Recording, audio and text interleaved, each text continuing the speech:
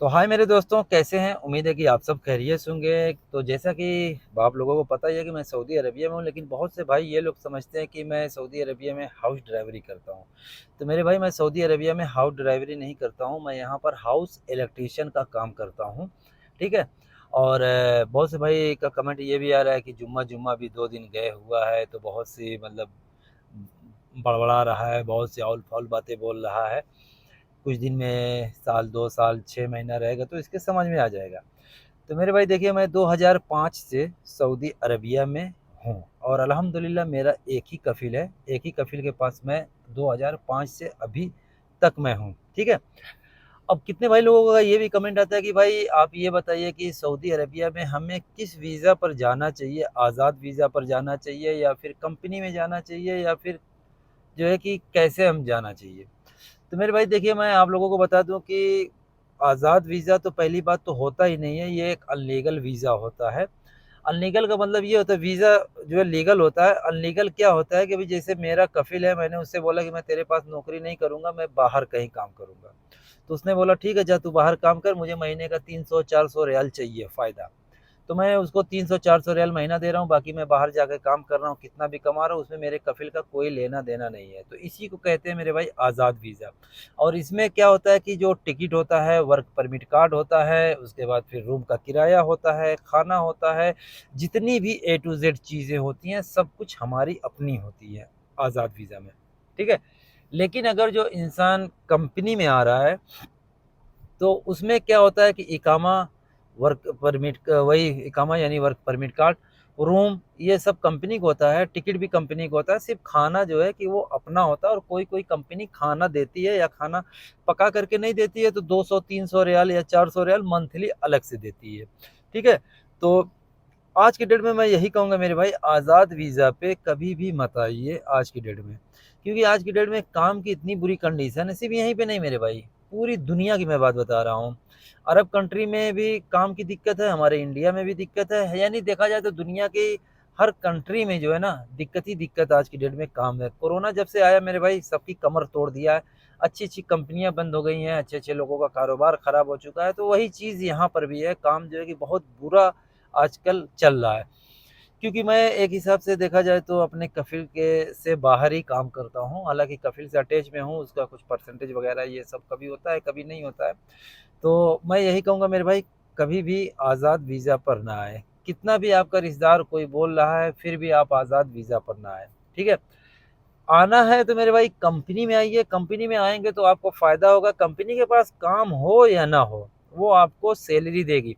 लेकिन क्या होता है, कोई-कोई कंपनी मेरे भैया 3-3 4-4 महीने जब नया बंदा आता है तो उसको सैलरी नहीं देती है, तो फिर लोग यही सोचते हैं कि हम आकर के फँस गए हैं। एक हिसाब से देखा जाए तो मेरे भाई, फँसने के ही बराबर हो जाता है, क्योंकि आदमी अपना वतन छोड़ कर के यहाँ पर आता है 2 पैसे कमाने के लिए। जब उसको पैसे मिलेंगे नहीं तो वो अपने घर भेजेगा कैसे? यानी वक़्त पे अगर जो पैसा ना मिले तो फिर वो पैसा साल भर के बाद मिले तो फ़ायदा क्या? समझ गए ना? तो कोई-कोई कंपनी मेरे भाई 3-4-5 महीने के बाद तनख्वाह देती है, कोई-कोई कंपनी तो हर महीने तनख्वाह देती है। तो फिर यानी घुमा-फिरा के अगर जो देखा जाए तो आज की डेट में कंपनी सबसे बेस्ट होती है। अब कितने भाई लोग ये भी पूछते हैं कि भाई, अगर जो हम आना चाहते हैं तो कहाँ से वीज़ा लगवाएँ? देखिए मेरे भाई, मुंबई जो है सबसे बेस्ट है। वीज़ा के मामले में, ऑफ़िस के मामले में मुंबई सबसे बेस्ट है। दिल्ली दिलवालों का शहर सिर्फ़ नाम का है। दिल्ली चोरों का शहर है मेरे भाई। जितने भी नेता, विधायक, सांसद, मंत्री, प्रधानमंत्री जितने हैं सब चोर चंडाल वहीं पर बैठते हैं। तो ज़ाहिर-सी बात है कि जब पूरा जो है कि जो देश की कमान सँभाल रहा है, जब वही चोर चंडाल होकर के वहाँ पे बैठता है, तो फिर वहाँ के ऑफ़िस वाले क्या होंगे? तो सबसे बड़ी जो है कि दुर्भाग्य की बात ये है कि हमारी सरकार भी ऐसे ऑफ़िसों पे कार्रवाई नहीं करती है कि जिसके थ्रू आदमी जा कर के जो है कि किसी कंट्री में जा कर के फँस जाता है। तो ये बहुत ही नाकामी की बात है, चाहे स्टेट सरकार हो गई, चाहे सेंट्रल सरकार हो गई, कभी इन लोगों पर आज तक कार्रवाई नहीं की है। इसीलिए आदमी लोग आकर के फँसते हैं। कितने लोग बोलते हैं कि भैया हम आकर के फँस गए, सऊदी ने हमको फँसा दिया। तो मेरे भाई देखिए, एक चीज़ आपको खुली-खुली बता देते हैं, सऊदी किसी को भी नहीं फँसा सकता।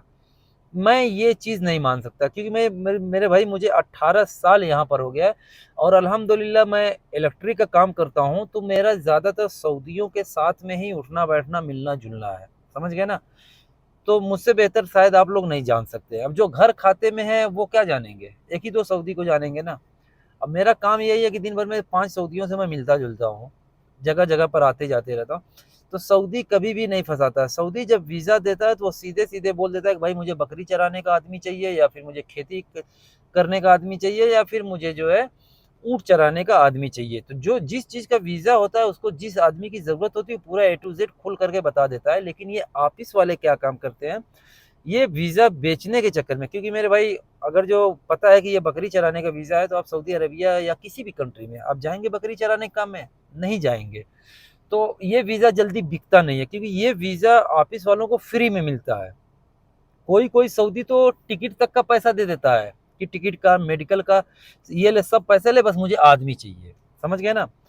तो अब क्या काम ऑफिस वाले करते हैं मेरे भैया, झूठ-साज बोल करके कि जैसे मान लीजिए आप किसी काम में इस तरह में आना चाहते हैं, बहुत से ऐसे झूठ बोल करके आपको जो है वहाँ से भेज देंगे। जब आप यहाँ पर पहुँचते हैं तो फिर आपको पता चलता है कि मेरे भाई आप तो फँस चुके हैं, आप बकरी की आपको चराना पड़ेगा या फिर ऊँट चराना पड़ेगा। तो ये जितना दारोमदार होता है मेरे भाई, ये ट्रैवल ऑफिस वालों का ही काम होता है, यही लोग फँसाते हैं। बढ़ा-चढ़ा करके बताएँगे, और उसमें सबसे बड़ा योगदान होता है जो लोकल एजेंट होते हैं ना, ये लोकल एजेंट लोग को तो मेरे मुँह से गाली निकलती है, क्योंकि ये अपने 2 रुपए फ़ायदे के चक्कर में आप लोगों को ले जा कर के फँसा देते हैं, और ऑफ़िस तक आप लोगों को पहुँचने नहीं देते, या ऑफ़िस का जो मेन ओनर है, उसके यहाँ तक आप लोगों को पहुँचने ही नहीं देते हैं। और उसमें आपका लाख, सवा लाख रुपया, 80,000 रुपया भी लग जाता है। तो मेरे भाई इसीलिए मैं कहता हूँ कि कभी भी ऑफ़िस जो होती है, मुंबई मेरे हिसाब से सबसे बेस्ट जगह है, सऊदी अरब या किसी भी कंट्री में जाने के लिए, क्योंकि वहाँ पे देखिए 2-4 पैसे ज़्यादा तो भाई हर इंसान लूटता ही है, मौका देख कर के तो हर कोई लूटता है। लेकिन वहाँ पे चिटरई का काम यानी धोखेधड़ी वाला काम यानी 100 में से 5% होता है, लेकिन दिल्ली में 100 में से 95% धोखाधड़ी का काम होता है। समझ गए? तो ये चीज़ से सावधान रहें। घुमा-फिरा के मेरा कहने का मतलब यही है मेरे भाई, आप कभी भी आएँ, सऊदी अरेबिया में या दुबई में या कि कहीं पर भी जाएँ, तो आप कंपनी में आइए और हुनर सीख कर के आइए। बिना हुनर के आएँगे मेरे भाई, तो मंदिर के घंटे की तरह आप बजाए जाएँगे। तो कभी भी आइए, हुनर सीख करके आइए। इंग्लिश मायने यहाँ पर जो है अरब कंट्री में नहीं रखता है। समझ गए ना? दुबई में जाएँगे तो अपनी ही ज़बान चलती है, और सऊदी अरबिया में आएँगे तो यहाँ पर मेरे भाई अरबी चलती है। ठीक है? कतर में भी जाएँगे तो वहाँ पर थोड़ा बहुत अपनी ज़बान में लोग, क्योंकि वहाँ पर अजनबी ज़्यादा हैं तो अपने लोग मिल जाते हैं, तो हम ज़बानी चल जाती है। लेकिन अरबी जो है कि यहाँ पर आएँगे, जितनी जल्दी आप सीखेंगे आपका ही फ़ायदा होगा।